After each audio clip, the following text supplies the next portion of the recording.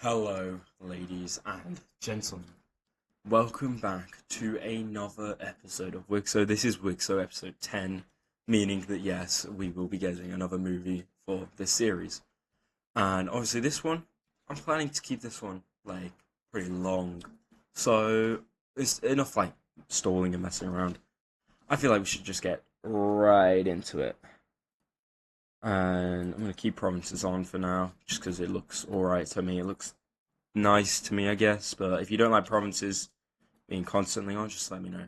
We're gonna start off with this pink team. Now, this pink team's been pretty, docile. I mean, they expanded down here a little bit, but that was ages ago. And I mean, Korea could easily just sweep through here and immediately just get rid of them, because the pink team was part of the Koreans. So, what are they gonna go ahead and do? Well, if my brush size wasn't freaking two, I'll tell you. So the pink team are gonna go ahead and push out down here in the south and start claiming some new lands, and they do a lot of expansion here. Do a bit of expansion up north as well, and it looks somewhat like this. I mean, it'll probably be something a bit better, but if you give me a second, I'll show you what I'm planning for it to look like. It'll be something like.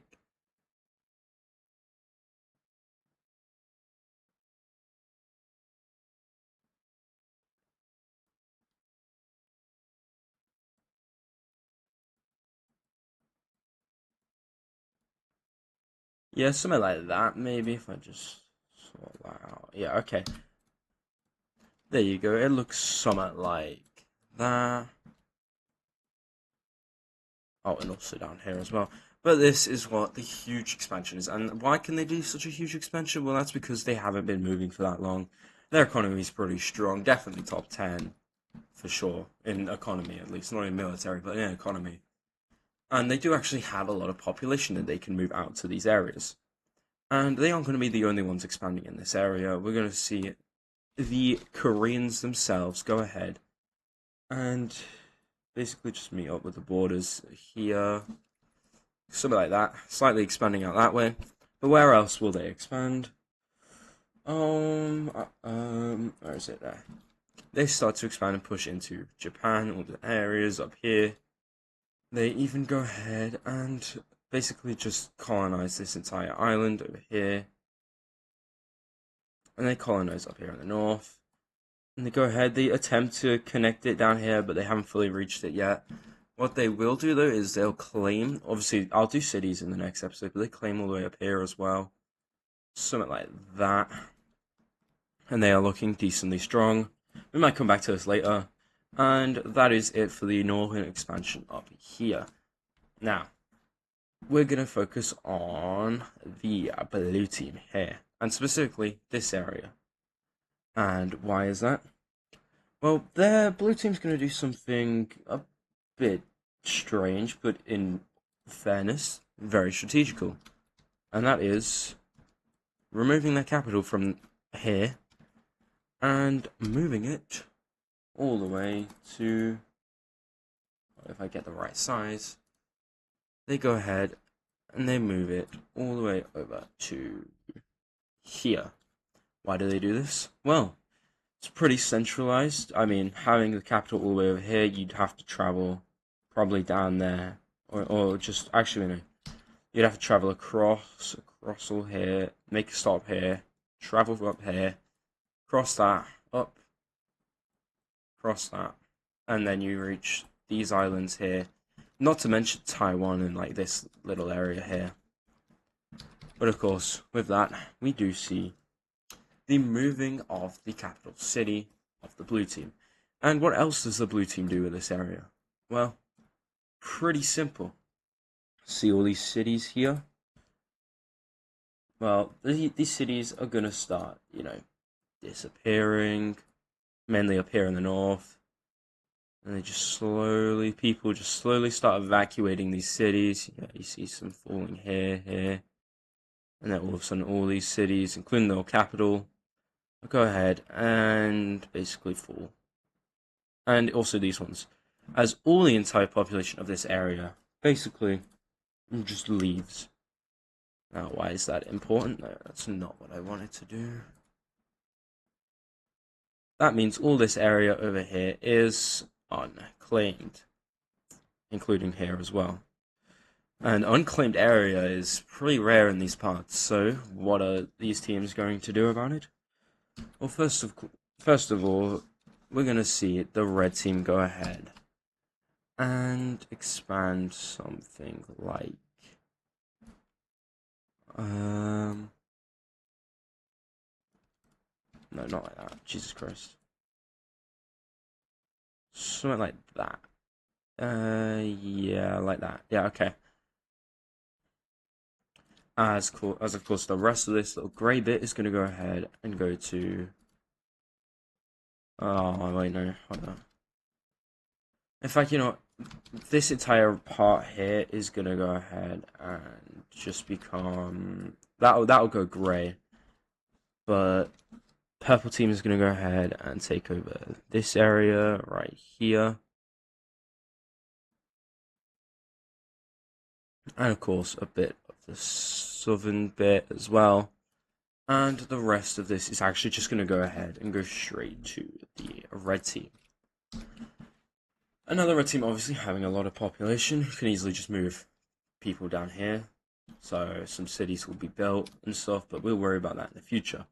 And now we're going to focus on the red team. So the blue team's moved out of here now, moved out of this little area, which, although slightly strategic, it was too much hassle to deal with.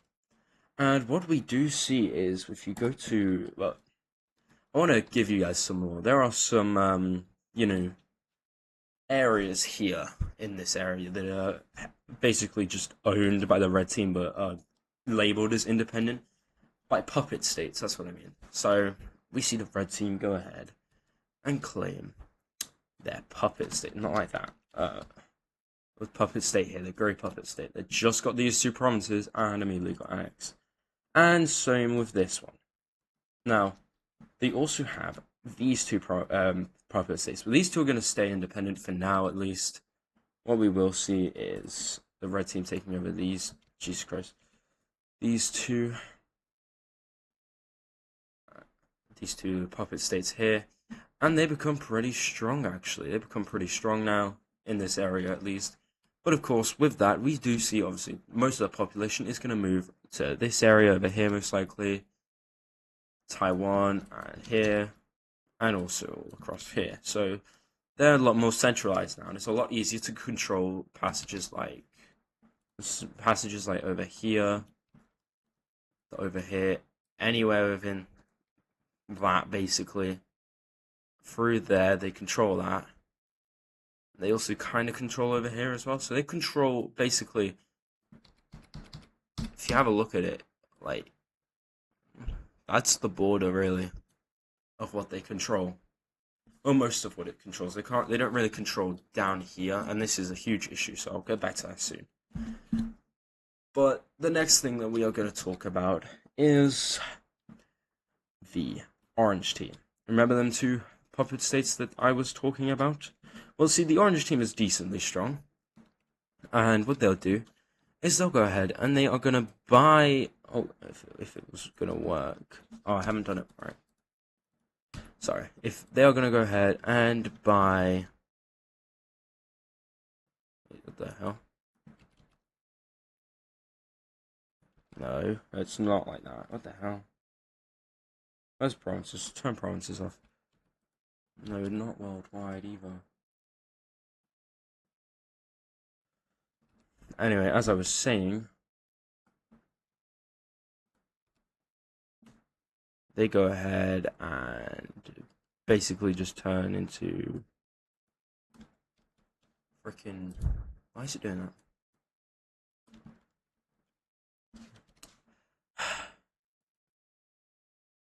Anyway, as I was saying, they basically purchased the area over here, this little red area, which wasn't that much use. I guess it kind of helped with trade routes and stuff. And then what we see is the invasion of the brown team from all sides as they soon quickly secure the capital. Just want to make sure. Yeah. And with that, we see the capital city being destroyed and the orange team becoming pretty powerful. Now, why is this important? Well, that is because the orange team is going to go ahead and invade this team right here. They're going to land on this peninsula right here, take over these two cities. They also land down here and cut off the red team from their puppet states. They also make a landing up here in the north and also invade into this team as well. And see, this team's a lot weaker. Obviously, this team's also very weak, but this team quickly gets wiped out entirely. Whereas this team, it takes time to, push up, but they do eventually do it, and eventually.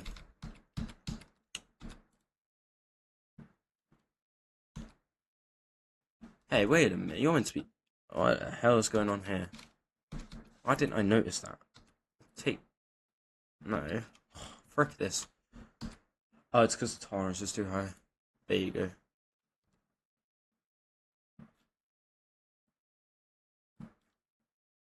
As I was saying, why is that half C? I'm gonna get rid of that quick.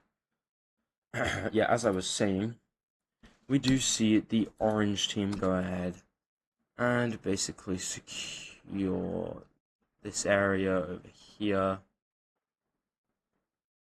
And hold on, if I look at provinces, what we will see is new borders being drawn between these two countries, being right here, mostly just a bit of coastline, and that's about it. And this is the border of the new country.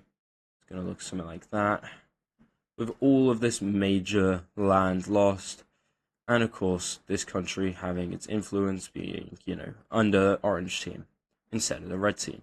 Now, even though the red team and orange team just worked together and worked out this land, this does cause a lot of tensions between, these two countries. So, yeah, just keep an eye out on that, I guess. Maybe there's a huge war in the future. But as I was saying, we also see the full annexation of this country right here,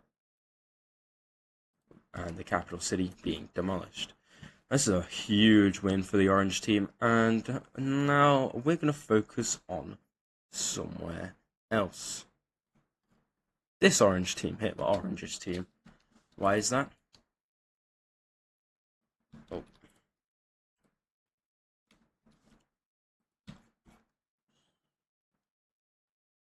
Just want to make sure. Yeah, okay. As I was saying. Oh, no. Oh, wait, whoops, that's the wrong one. Oh, no. Oh, okay. I mean, if they're just gonna take that, that's fine, I guess. Oh. Oh, no. Ooh. Yeah, so the blue team kind of fully declares war on the orange team. Obviously, the orange team isn't actually that weak, so they'll go ahead and start pushing up into here, but this is about as far as they'll get. They also make a landing over here, and in these islands claiming them back, and they actually do push back pretty well.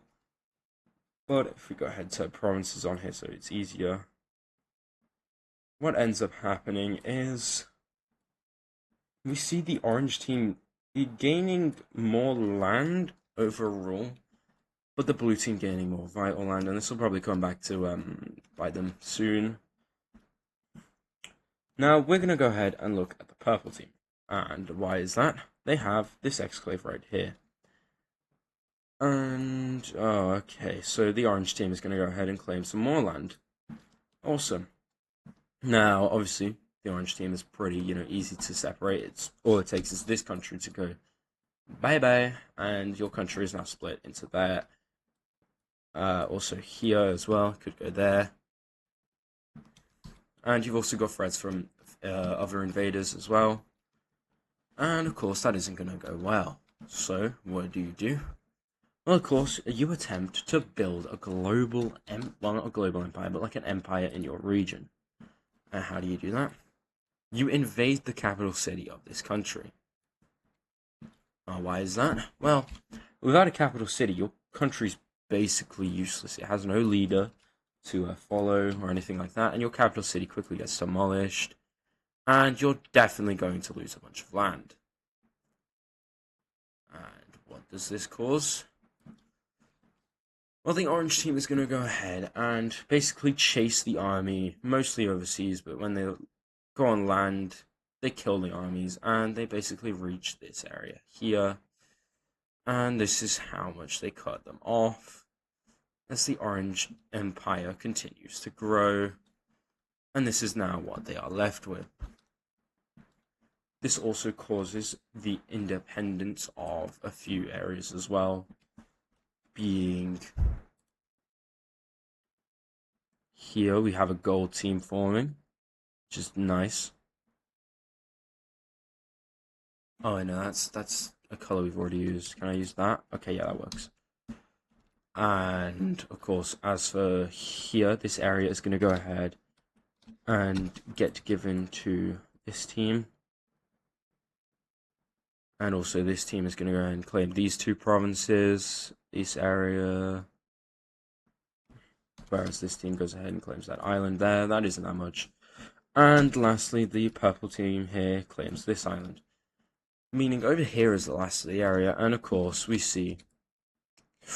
Ooh, okay, yeah. So that team is completely demolished and replaced by this country right here. But this isn't the only country that's going to form from this. We're also going to see the orange island over here, the original orange island, going ahead and forming a country. It'll be in the same color because it's easier to remember. But we're going to go ahead and give them capital cities, which is a bit obvious for this one. Right there and right there, because it's closer to the orange side. And now what else do we see? Well, now they have their little empire. They want to go ahead and reclaim these old lands. So what do? Well, the orange team is going to go ahead and push the blue team out of its old lands. And even slightly up here as well. Taking over these few provinces and pushing into this capital. No, the major city here. Not capital. Capital's all the way up there. But, this isn't going to last long. Remember, blue is the strongest country in the world, so they're going to push back. And when I say push back, they push back hard. They split the country's army into two, and now have gained back all their lost land, and are now pushing it into new territories. So they push further down, and also cut off the capital area right here. Now the orange team does something slightly pathetic, but it works in a way. And that is they move their capital mid-battle. They move all the people from the capital. And, they move it to all the way over here. And, of course, with that, we do see the rest of... sorry. The rest of the area of orange over here being, taken. And even a naval landing here, which eventually gets pushed out. And with that, that is the end of that war. So that is all that over here settled with. And next up, we're going to see well, not fully settled over here. We're going to see a few trade deals and borders being reestablished. And that is because we're going to have not 1, not 2, not 3, not 4, not 5, but 6-way war. Also want to say this province looks kind of bad, I can't lie. I'll deal with that later, maybe, if I remember. But we're going to have these 6 countries fighting each other, all supported by different nations. This cyanish team is supported by this pinkish team here. This team here is supported by the purple team here. This team here is supported by the red team. This team here is kind of, I guess it'd probably be supported by something like the orange team, maybe. Same with this one, probably supported by the orange team here as well. Or that orange team. But, well, I don't reckon this team will have any support, which is why what we see is a push into the capital here and basically cutting off that. However, we do see this country going ahead and seizing the big blue team's capital, which kind of puts a lot of pressure on them to go ahead and start pushing back into there. Pushing back down south a little bit. But they keep control of the capital. Whereas this team is going to go ahead while they're distracted and push up, push out, and seize the northern area over here and take back their capital. But in turn, we do see that this team go ahead, take back their capital, and completely wipe out the brown team. And what do we do see? I also want to double check military allies. What military allies? Oh, they're just over there. I'll worry about military allies, and I'll also do rankings in this video. That'll be later. In fact, I'll do that after this major war. But that is what we see so far, and of course, we see the purple team going ahead and pushing even further. I've just turned my screen off. Give me a second. Yeah, there we go. So they push further, and eventually, most of their army is down here right now because they just did a massive push. So they cut that off, and yeah, this isn't going to look good. Now, I did say this was a 5-way war, and that's because we're going to see great push back from this country, and also into this country as well, meaning all countries are now going to be involved, except for the blue country, because they really couldn't be asked. Until not only does the green country push back and is pretty strong, what the green country does is it makes a deal with the blue team to gain this land as well, to use as a surprising flank on this southern team here, and pretty much this team is going to get basically squashed, and that is until we see a new party getting involved. Now this war was set between the 5 nations between. But this island's quite important, so this is basically what the borders is gonna look like for now. I mean, yeah. So yeah, what we see is new borders being drawn, something like that. If I remove the provinces for a second, I can show you what the new borders are going to look like. Nope, that is not it.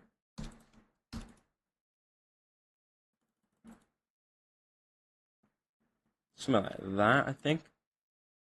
Maybe something like that. There you go. Okay, yeah. This country is going to go ahead and quickly claim back this little bit of last land here. And right here we have, this country is going to quickly claim back this province here. This country is going to go ahead and claim this. Also, all of that province, these few provinces here.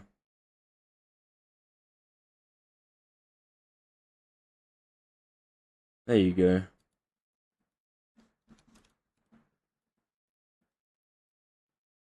In fact, yeah, this one can take, the purple team can take that, surely. But that's it, and of course down here, what the hell happened down here? Yeah, you're meant to be purple, mate. Oh wait, no, actually, no, that's the rest of the blue team. Okay, yeah, sorry about that, completely forgot. But this is what the new team, this is what the new, countries are gonna look like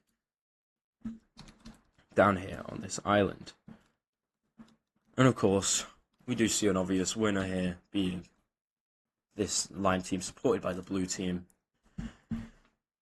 And of course, this team it could get its stuff back, probably, if it asked, but we'll worry about that another time.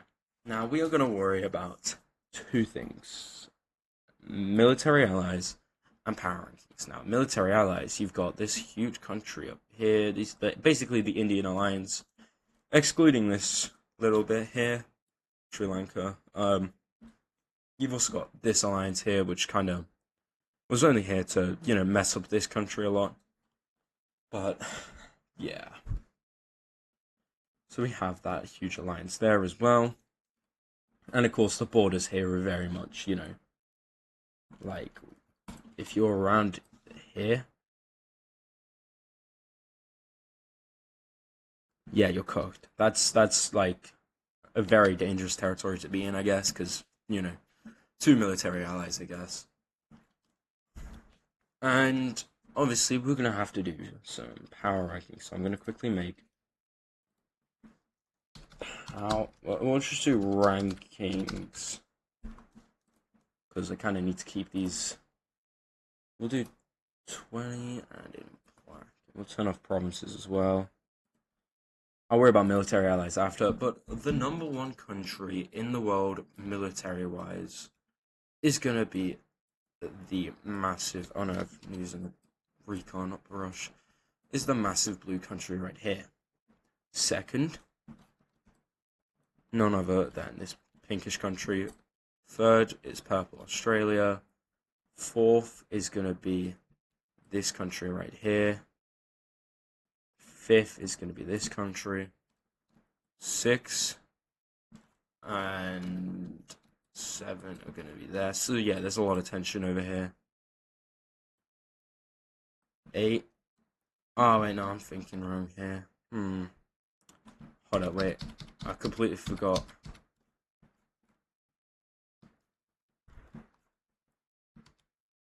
Two is Korea. 3 is that. 4 is Australia. 5 can go to this country, and 6 can go to this country. 7 to orange, and 8 to this country. Where is it? We'll give 9 to pink Korea, or pink China even. That's the wrong one, isn't it? I've messed up. 9. That is not how you do 9. 9. And lastly, number 10 is going to be this country right here. There you are. There you have it. The military power rankings of the world. Now, okay, in fact, I'm going to rechange the names. Military ranks. And that is because we're going to go ahead and have a new layer. Economic ranks. There you go. Economic ranks. And immediately we're going to see number 1 and 2 being over here in Korea and China. We're going to see number 3 being over here. Number 4 being red. Number 5. Oh no, that's 7. Why did I just write 7 for that? Number 5 over here. Number 6. They've only just started utilizing because they've only just moved their capital over to here. So they're only 6 for now. 7 is going to actually be, where is it? Here as well. We're going to see 8. And last, number 9 is going to be over here. And number 10, right there. So this is the economic rankings. Now, the reason I say this, Korea has always been the number 1 in, like, economy and stuff. And with their neighbor being close by, it's pretty easy to make money with each other. They're basically boosting each other's economies really well, and it's also like reducing tensions and stuff. And that is why we will talk about no, not military rankings, military allies, and specifically between a few countries. What we are going to see is we'll use this color, and we'll use, don't reckon, oh yeah, so we're going to see the, it's not meant to be that color, is it? It's meant to be filled shape, yeah, like that. We're going to see these countries here, these 2 major countries, go ahead and form their own military alliance. And down here, we also see a new alliance being formed in Australia, being the Parallelogram Alliance. And that is between the purple country. It's not going to be this color. Hold up. I will do that color. So we have the purple the green, and the blue. And then we also have another alliance forming, which is going to cause some tension. It's going to be the triangle. This green alliance between these few countries here.